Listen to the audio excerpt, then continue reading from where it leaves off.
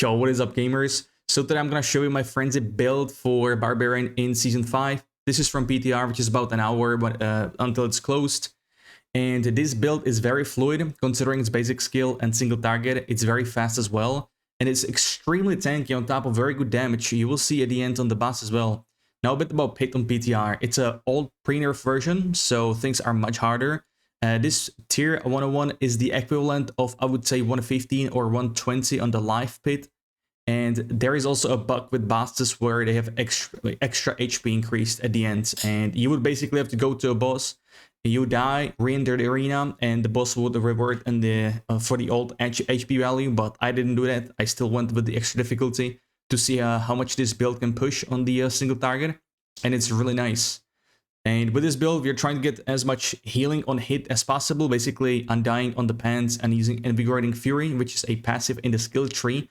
When you spend resource, you get healed, and with this, we have non-stop uptime Tyrell's Might. Tyrell's Might hits for quite a lot as well, especially on the trash bags, but it also increases a lot of the single target damage as we have a lot of attack speed. Here, with this setup, Iron Skin is probably not needed. You could totally take like a Wrath of the Berserker for more damage increase. This is just an extra survivability. Iron Skin, I put it on the heal again, so we have a non-stop the Tyrell's Might procs on the bolts. But in general, this build on PTR, I really hope they will not nerf it for the release because I'm a big fan of this setup. And yeah, I did not have fully masterwork gear, obviously, because there is no, you cannot get the mats from the pit, or you cannot get pit mats on PTR outside of farming it. You actually have to farm on PTR to test stuff. So yeah, the testing grounds on PTR were not really ideal. And all the masterworks I have on this gear, I'll show you in a bit in the game. It's not really like perfect, right? That's a rolled bad masterwork procs every 4 levels. So there is definitely some improvement, and masterworks actually do a lot. And this is more like third run in general with this build, so I would need some more practice with how to play with this setup with this build.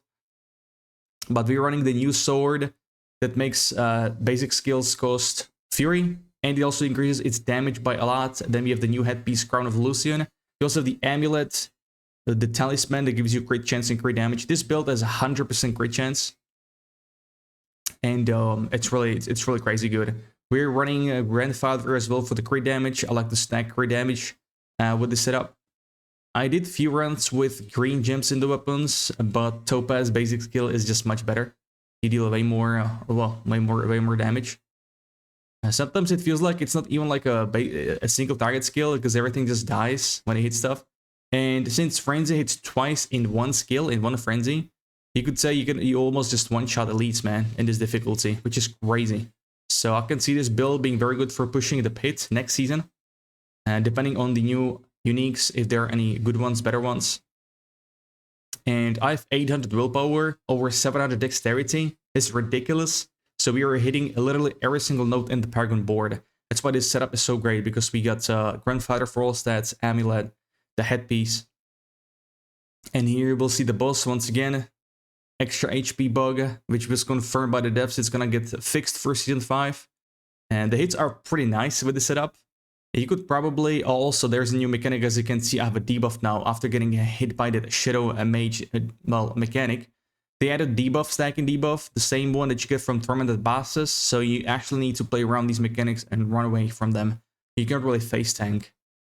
You will see me in a second. On the second one, I'll have to run around it, because I wasn't really, risking it for the biscuit. 2 stacks. Hectic is making our uptime on shows very good, even though we don't have Bolt Chieftain. So I don't feel like we need it. And yeah, Iron Skin here is very good if you're like in a dungeon that applies dots, because barrier negates dots, so that's very good. And yeah, this is basically the Pit 101. So I will take you into the game, and we are talk about the build, all right? So first things, I'll show you the skills. Let's go over this. So we got 14 points in Frenzy, and we are definitely taking the damage reduction here for 3 stacks. It's a lot of DR combined on with the items. We got Endless Fury, which got changed to basic skill, generating more Fury. This passive combined with this passive, Prolific Fury, is what makes our uptime on the Fury so perfect and great. Next up, we get the classic Iron Imposing Presence for HP, damage reductions, Rallying Cry. I love Fortify, Strategic Rallying Cry with the fast attacking builds. Iron Skin for the heal. We got a Chunny Shout for even more fury when you get hit. Warcry here for Fortify, but you know what? You could probably go with Power here if you are, you know, for the majority of the pit, you have more than 6 mobs around you, so to deal more damage. Movement Speed, we get some Booming Voice, Raid Leader to have better uptime again on Tyrell's Might. Guttural Yell, amazing defensive layer. We got more damage reduction while berserking. We got Prolific Fury, like I mentioned. Steel Grasp for berserking. Well, not really berserking, but for vulnerable. We could actually do it like this, because that one charge sometimes are really needed. And we have an aspect that keeps us non-stop berserking. So I'll show you in a second. Counteroffensive Firmware for damage. Duelist for attack speed. And here we got Invigorating Fury. I could put 2 points here in Max Fury for more damage, because we are stacking Max Fury with Ramaladni. But I like the uptime here on the heal. That's why we're so tanky as well. Unconstrained, the key passive. That's a classic. Let's go with the gear now, and then we get Paragon Board. So, how this build works, I will show you, or I will show you the key items for this build. So we get Crown of Lucian. Again, resource cost reduction, but every time you use it, it's gonna get cost more and more. And you also get damage increase. So this one accurate. I tested Shaco, aka Harlequin Crest, with Lucian, and the damage here is very insane. Even though we have +5 to core skills, which we don't care about because this is a basic skill, it's still better than Shaco, even though Shaco gives you +4 to all skills. Max resource, a very good stats on this item, overall lucky hit.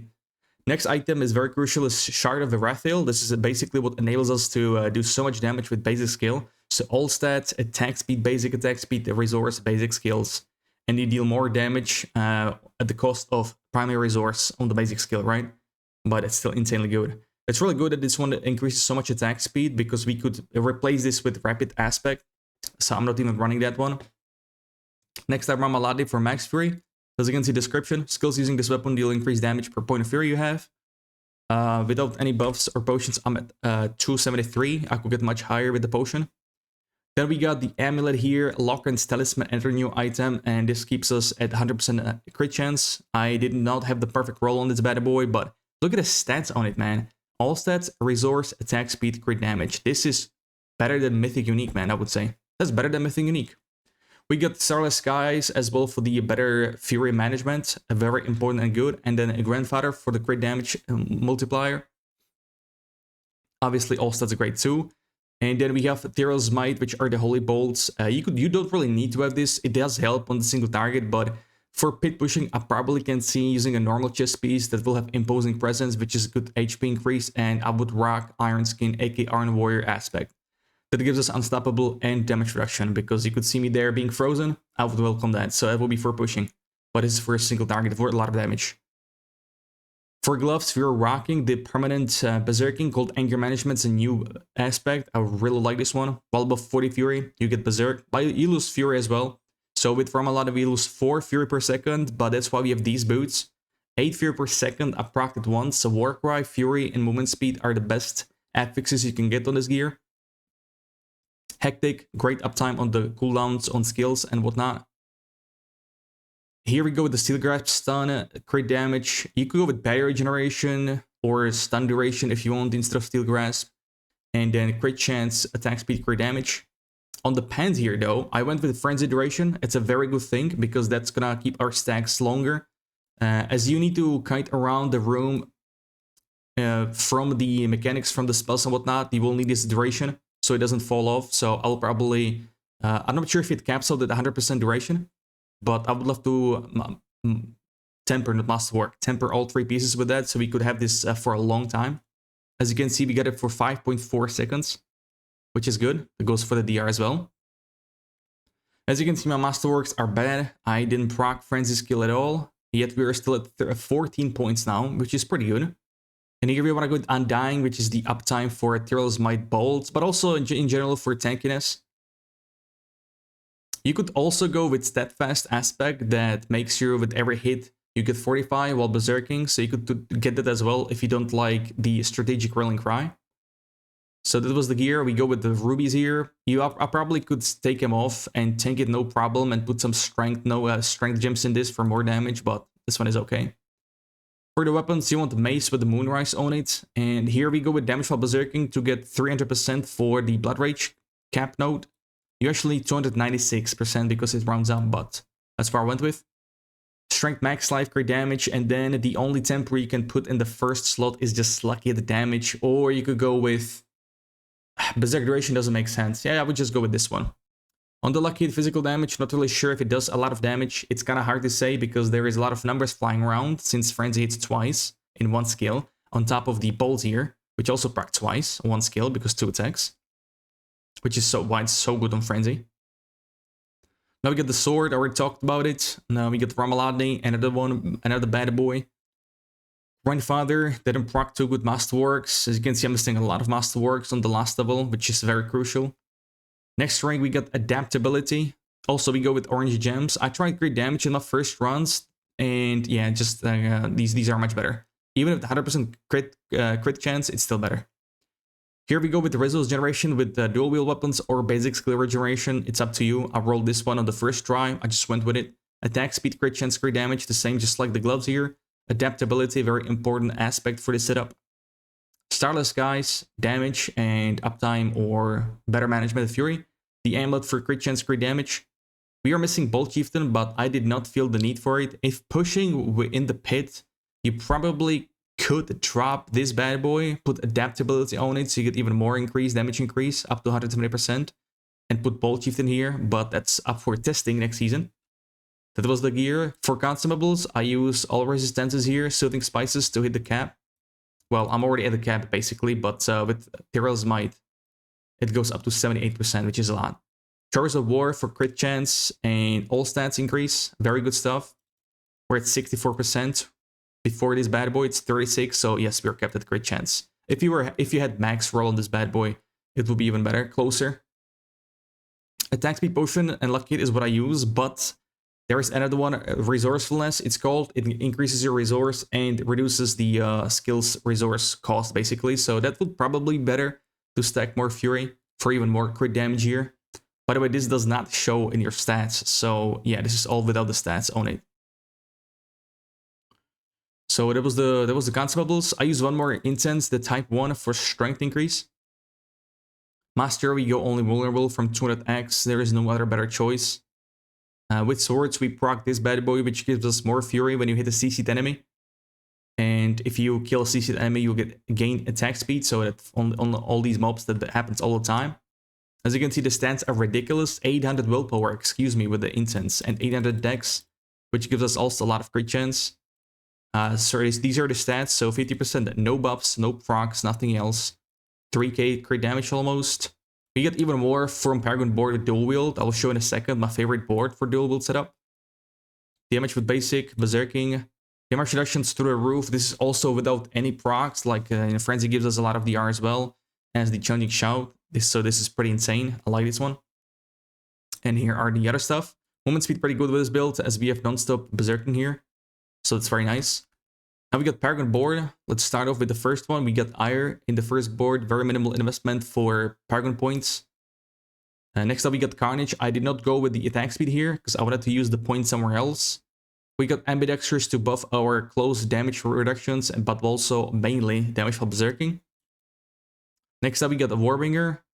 I don't take this node because you don't need it for 45. You have Warcry and Rallying Cry, no problem. We go with Marshall here to buff the all resistances here. Very minimal requirement as well. Everything is on the way basically, so you save a lot of points. Obviously, we want to get max free nodes over here. I did kind of miss this HP here and miss max free, but the min-max just asked for something else. Next up, we got Flawless Technique. Not only this board is packed with crit damage, as you can see, I could probably save some points somewhere and put them here. But as you can see, crit damage with one-handed weapons. Here as well, 3 nodes. I'm missing 1 point here. With the glyph, I'm going might. We don't care about additional bonus, so we can save easily 2 strength points in here. And we are just looking for that damage or magic nodes bonus, right? So DR here even more so. I could get 2 more if needed. It's either 10%, but I would have to shave the damage, I would say, somewhere else. Next up, we go for here, which is Bonebreaker. I love this cluster for a lot of HP increase. I put Territorial in here. There are two things. You can go this bad boy or Exploit, but we don't really invest in Vulnerables. So I found this one much better as it's DPS and also damage reduction, which stacks even further. Got some DR healthy, my favorite. Now, next one we got Blood Rage. That's what you want to. That's why we want to get 300% damage while berserking to cap it out. Once I masterwork the weapon, I could probably save 4 points here and probably put them in the crit damage, in the DR, and 1 more point in max life. That would be top notch, right? And the last glyph, you go with the Wrath, not only for the crit damage, but mainly for the generation on Fury. When you crit strike, we crit all the time with every attack, so this Spray Fury gets amplified by generation resource on, let's say, the ring here. Resource generation with dual wield weapons, so you get even more than that. And a Rallying Cry. And the last board, actually, excuse me, the last glyph, we go with a Decimator for the legendary node. And this is perfect for willpower glyph, so I like Undaunted. If you play bleed builds, you could go with the Disembowel, but I'm not running it at all. So I don't even run these DRs from Vulnerable, as we don't really proc Vulnerable. I mean, we do have Steel Grass, but that's not the point for the skill, right? And some damage. You could probably go for like Exploit Glyph in the upper board here and put points in Vulnerable if you want to. But yeah, that wouldn't really help that much on the bosses. And I would say that's pretty much it. As the rotation for this setup, you basically want to shout yourself up for the buffs. You want to proc Steel Grasp and smash your life away with here, with Frenzy. And yeah, I would love to see fully masterworked. Let's see Season 5. I hope this build will not get nerfed because it's one of my favorites. I know I said it every time. I said the same thing in my Lunging Strike, which is previous video. I will also pumped it from PTR. But yeah, that would be pretty much it. Thank you guys for watching. If you like this, please thumbs up. Put that comment in the video to trigger a YouTube algorithm god. It would mean a lot to me. And until next time, thank you very much and take it easy. Peace.